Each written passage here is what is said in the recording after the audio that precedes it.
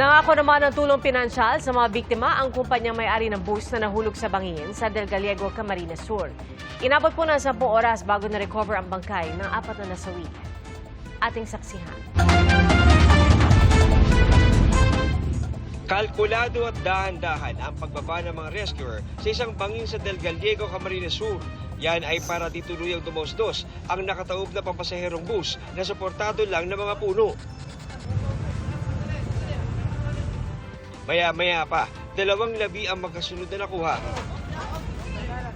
Bukod dyan, may 2 iba pang bangkay ang naipit sa loob ng bus. Pahirapan ang pagpasok sa loob ng sasakyan, lalo't kailangan ng tamang tiyempo para di malagay sa peligro ang mga rescuer. Matapos ang 10 oras, nailabas din ang lahat ng 4 na nasawi. Base sa investigasyon, nangyari ang disgrasya pasado alas 2 sa madaling araw kanina nang dumaan sa Andaya Highway ang bus na biyaheng Sorsogon. Bisa namin sa interview, is galing ito ng Quezon City sa Cubao, papunta ito ng Gubat, Sorsogon. 4 po yung namatay, saka yung the rest po na 23 is not injured. Dinala namin sa Maria Elizar Hospital. Tuloy ang investigasyon ng pulisya, pero sa inisyal na impormasyon, lumalabas na nakatulog umano ang driver, kaya ito nawalan ng kontrol sa pagkamaneho. Sa kayon po, ito talaga ang pinaka medyo tragic po itong incident. Pero sa kwento ng ilan sa mga nakaligtas na pasahero, nagising po ako bago uminda po yung driver na masakit yung tagaliran. Sabay po yung inspector po, ginilid po yung bus, nahulog po kami sa bangin. Parang na inatake yung driver. Tapos ngayon, hindi na makontrol. Inano nung Gallego. Inspector. Kinabig niya ng, kasi nasa kaliwang side na siya eh. Tapos tinodo ng kabig dito sa pakanan. Opo. Kaya duminadiretso na kami sa bangin. nahulog ang bus at bumaliktad sa bangin na may lalim na 26 na hanggang 30 metro. Ilang pasahero ang naghanap ng paraan para makalabas at makahingi ng tulong. Humanap po kami ng paraan para mabasag po yung windshield ng bus. Nakakuha po kami ng fire extinguisher para basagin po yung unahan ng bus. Pag-akit po namin, nakahanap po kami ng tindahan. Doon po kami humingi ng tulong. Sakto pong 1 kilometer na lang po yung police station.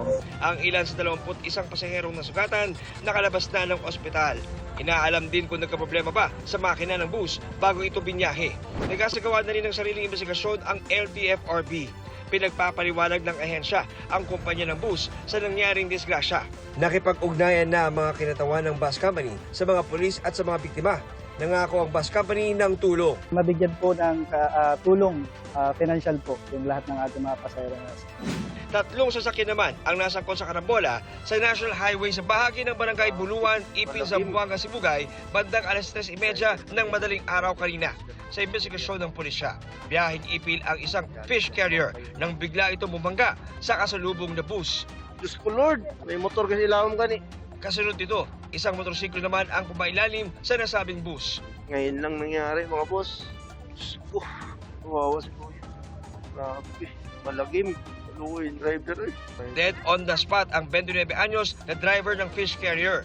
Pahirapan ang pagkuha sa kanyang labi dahil sa tindi ng pagkakaipit. Tumulong na rin maging ang mga taga Bureau of Fire Protection sa retrieval operation. Sugatan naman ang 2 pahinante ng fish carrier. Matinding sira ang tinamo ng harapang bahagi ng bus dahil sa disgrasya. Sugatan ng driver at 6 na pasahero ng bus. Sugatan din ang 2 sakay ng motorsiklo. Inaalam pa ng Zamboanga Sibugay Police kung posibleng nakatulog ang driver ng fish carrier. Hindi lang natin alam ano ang cause. It's either naantok na talaga yung si driver natin, yung sa fish carrier. So, dapat po talaga maging alert po tayo. Para sa GMA Integrated News, John Consulta ang inyong saksi.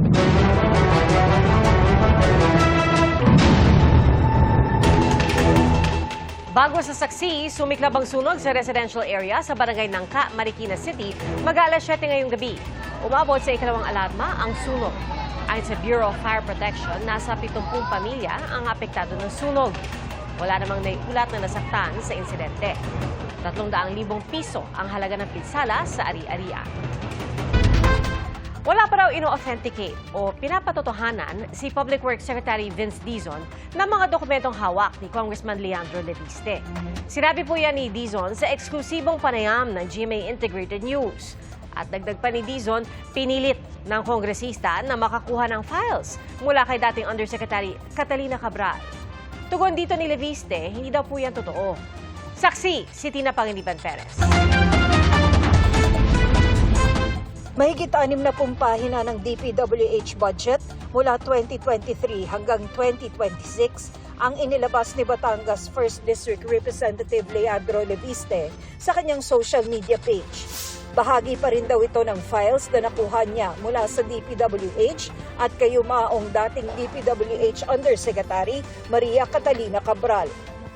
3.5 trillion pesos ang DPWH budget ng 2023 to 2026. Ang mga nakukuha ng mga distrito umaabot sa 50 to 60 billion pesos during that time period.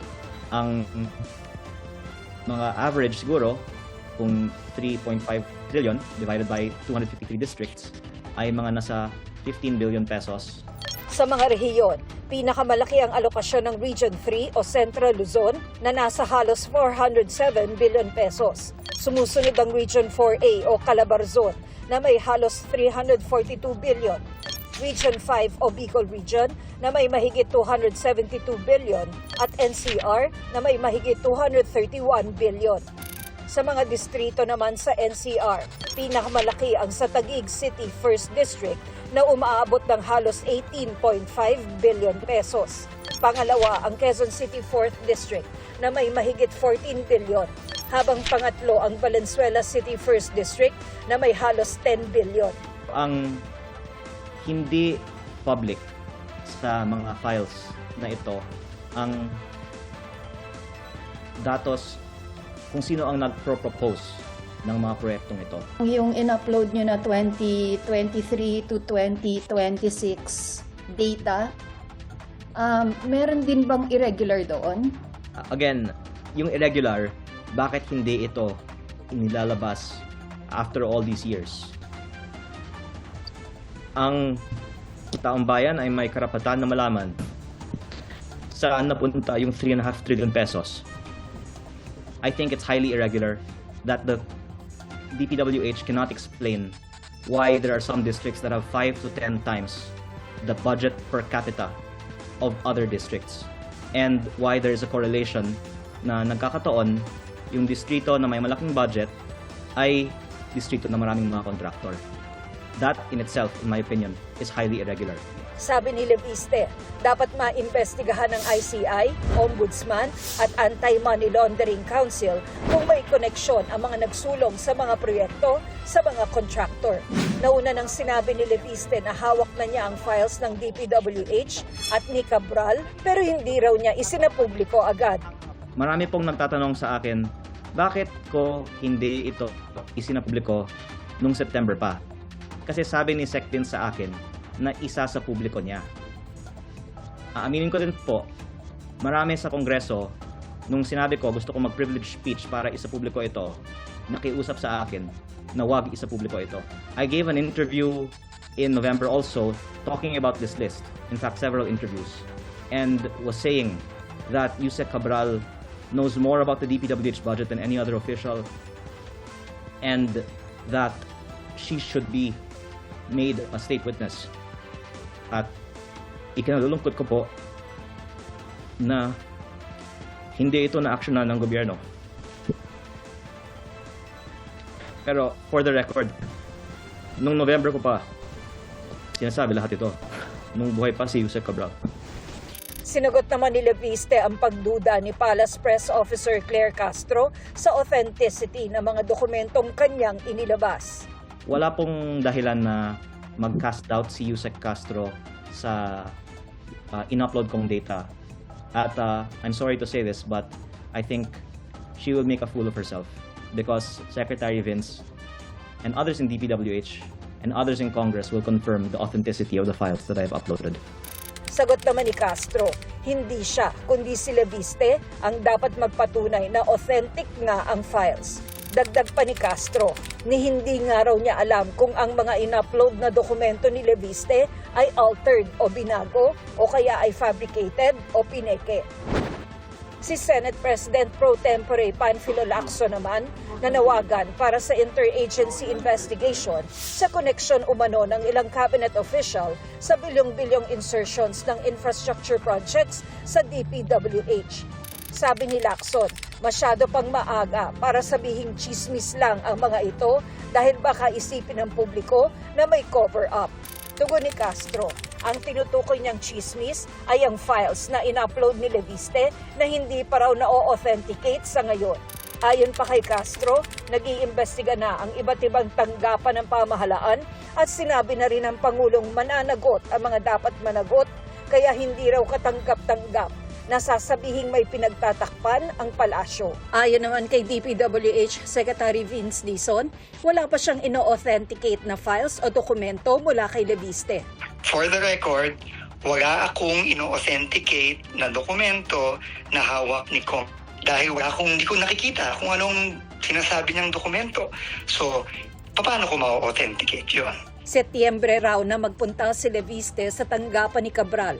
Tumawag daw si Cabral kay Dizon para sabihing hinihingi ni Leviste ang mga dokumento kaugnay sa alokasyon ng mga distrito. Nagpilit siyang kumuha ng mga files at ginamit pa niya yung computer ng isang staff. Ang sabi sa akin ni Yusek Cabral ay nagpilit siyang sa kanyang flash drive galing doon sa computer ng isang staff ni Yusek Cabral. Hindi raw alam ni Dizon kung anong nakuhang dokumento ni Leviste. Was he throwing his weight around? Parang ganyan? Parang pinipilit niya yung mga staff? Yes, that was the impression I got.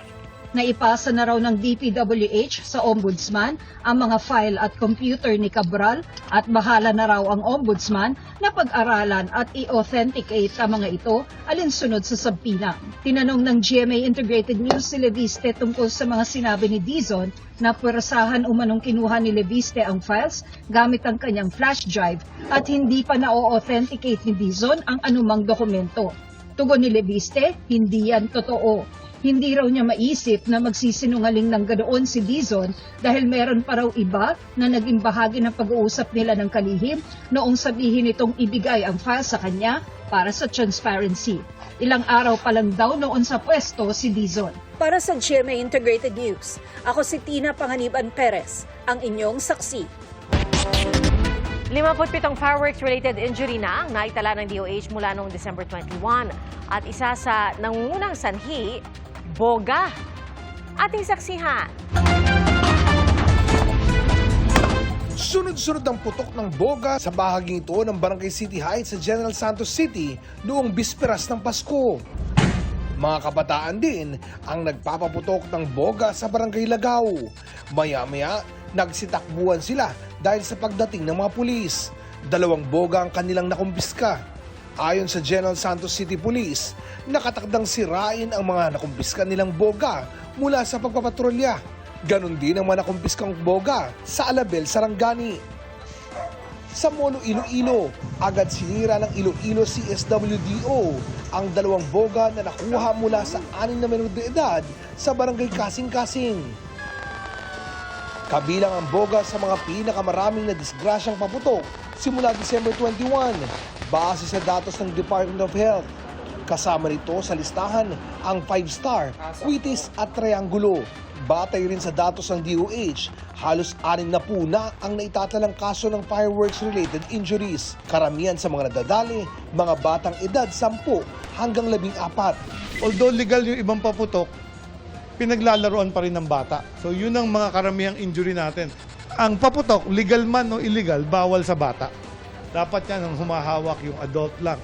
Sa tala naman ng PNP, pinakamaraming na disgrasya ang mga paputok na 5-star, Piccolo at Pop-Pop. Babala ng pulisya. Nananawagan ang Philippine National Police sa ating mga kababayan na nais magpaputok na bagamat sila ay gumagamit ng mga legal na mga paputok. Pero kung ito naman ay hindi nasa designated area, ito po ay sila po ay maaari makasuhan. Tinututukan din ng mga otoridad ang mga nagbebenta ng mga illegal na paputok online. Continuous ang ating cyber patrolling and of course intelligence operations. Ito ay may kasama rin na ground validations. A total of 18 successful operations and we were able to arrest 21 individuals. Payo ng mga otoridad, bumili ng mga paputok at pailaw sa mga lehitimong tindahan. Maaaring tignan ang kanilang permit para malaman kung lehitimo ang mga binibenta nila. Kapag napatunayang iligal ang mga paputok, pwedeng mapanagot ang mga nagtitinda, maging ang mga bumibili sa ilalim ng Republic Act 7183 o Firecracker Law. Both po ang nagtitinda at saka ang bumibili ay kung anyone proven violating yung nasabing batas ay kakaharapin yung 1 year in prison or may kasamang fine 20 to 30,000. Ang PNP isinusulong na magkaroon ng sentralisadong bilihan ng paputok sa bawat lungsod o bayan na tutukuyin ng lokal na pamahalaan. Para sa GMA Integrated News, ako si Oscar Oida, ang inyong saksi. Bumulusok sa -3 ang net trust rating ni Pangulong Bongbong Marcos base sa pinakahuling survey ng Social Weather Stations o SWS. Tumaas naman ang kay Vice President Sara Duterte. Saksi, si Darlene Cai. Sumadsad sa -3 ang net trust rating ni Pangulong Bongbong Marcos base sa pinakahuling survey ng Social Weather Stations o SWS nitong Nobyembre. Mas mababa yan sa +7 net trust rating noong Setyembre at sa +18 noong Hunyo. Bagamat may 38% na may malaking tiwala sa Pangulo, nahila yan ng 41% na may maliit na tiwala sa kanya. Ang survey na kinomisyon ng Strat-Based Consultancy ay isinagawa noong November 24 to 30. Sabi ng Strat-Based Consultancy, panahon niya ng matinding pagbatikos ng publiko sa kontrobersiya sa flood control projects, partikular ang malawakang kilos protesta laban sa katiwalian noong November 30. Corruption is on the top of mind ng ating tao. Araw-araw pinag-uusapan. Galit ang tao at humihingi ng may managot. May panagutin ng Pangulo, and it's towards the end of December, wala pang pinananagot. And that captured, I feel, the frustrations ng tao on this issue of corruption. Sabi ni Strat-Based Group founder and CEO Victor Andres Manhit, posibleng naapektuhan ng trust rating ng Pangulo sa takbo ng aksyon ng gobyerno laban sa katiwalian. Pinangako ng ating Pangulo na may mananagot. Remember na siya ang nag-umpisa nitong issue ng flood control. Tama nga naman, no? Nakakahiya. Sabi nga niya, mahiya naman kaya nakakahiya at nakalulungkot habang nahihirapan ng taong bayan. Pero meron na bang napanagot? Hindi ito ang unang pagkakataon na nakakuha ng negative net trust rating ang Pangulo. Noong Marso hanggang Mayo, nakakuha na rin siya ng negative rating. Sinusubukan pa ng GMA Integrated News na makuha ang panig ng palasyo ukol sa resulta ng survey. Samantala, nagtala naman ng positive 31 net trust rating si Vice President Sara Duterte sa kaparehong survey. 56% na nagsabing may malaking tiwala sila kay Duterte, habang 26% na nagsabing may maliit silang tiwala sa kanya. Ang net trust rating ni Duterte noong Nobyembre mas mataas ng 6 na puntos sa nakuha niya noong Setyembre. Sabi ni Manhit, nang isinagawa ang survey ay hindi pa raw isinasampa noon ng reklamong plunder at iba pa laban kay Duterte sa Office of the Ombudsman. Matatandaang nitong Disyembre inihain niya ng ilang civil society groups. Maaari pa raw makaapekto sa opinyon ng publiko kung may susunod bang legal actions na sangkot si Duterte. Hindi na pag-uusapan ngayon yung issue laban sa Vice Presidente. Tandaan natin ay this is the end of November at may nag-file ng kaso sa kanya, I think 2 weeks ago. So hindi na-capture, di ba? May nag-file sa Ombudsman. So noong mga panahong nagsasurvey, ang nasa taas ng pananaw ng taong bayan ay yung malaking mga rally, mobilisasyon. Ang hinihingi ay may panagutin tungkol sa flood control. Malayo sa isyong ito ang ating Vice Pangulo. Sinisikap din ng GMA Integrated News na makuha ang pahayag ng Vice Presidente ukol dito. Para sa GMA Integrated News, ako si Darlene Cai, ang inyong saksi. Mga kapuso, maging una sa saksi. Mag-subscribe sa GMA Integrated News sa YouTube para sa iba't ibang balita.